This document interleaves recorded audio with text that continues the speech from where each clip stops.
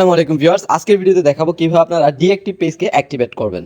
তো অনেকেই কিন্তু অনেক সময় পেজটাকে ডিঅ্যাক্টিভ করে ফেলেন কোনো কারণে। সো সামহাউ কোনো কারণে যদি ডিঅ্যাক্টিভ করে ফেলেন, এখন আপনি সেটাকে কিভাবে অ্যাক্টিভেট করবেন সেটাই দেখাবো। সো এটা করার জন্য প্রথমে আপনারা ফেসবুকের ভিতরে প্রবেশ করবেন। সো আমি এখন ফেসবুকে চলে এসেছি। এটা হচ্ছে আমার ফেসবুক প্রোফাইল। এই প্রোফাইলের আন্ডারে একটা পেজ রয়েছে। এখন এই পেজটা কিন্তু আপনি এখান থেকে দেখতে পাবেন না। এটা কোথায় থেকে দেখতে পাবেন?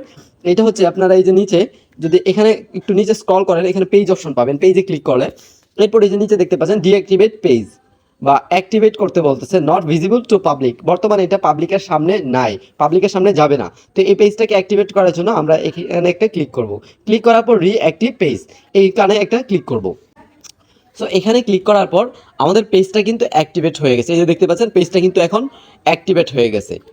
এখন এই পেজটা পাবলিকের সামনে যাবে। আমি যদি কিছু পোস্ট করি সেগুলোও পাবলিকের সামনে যাবে।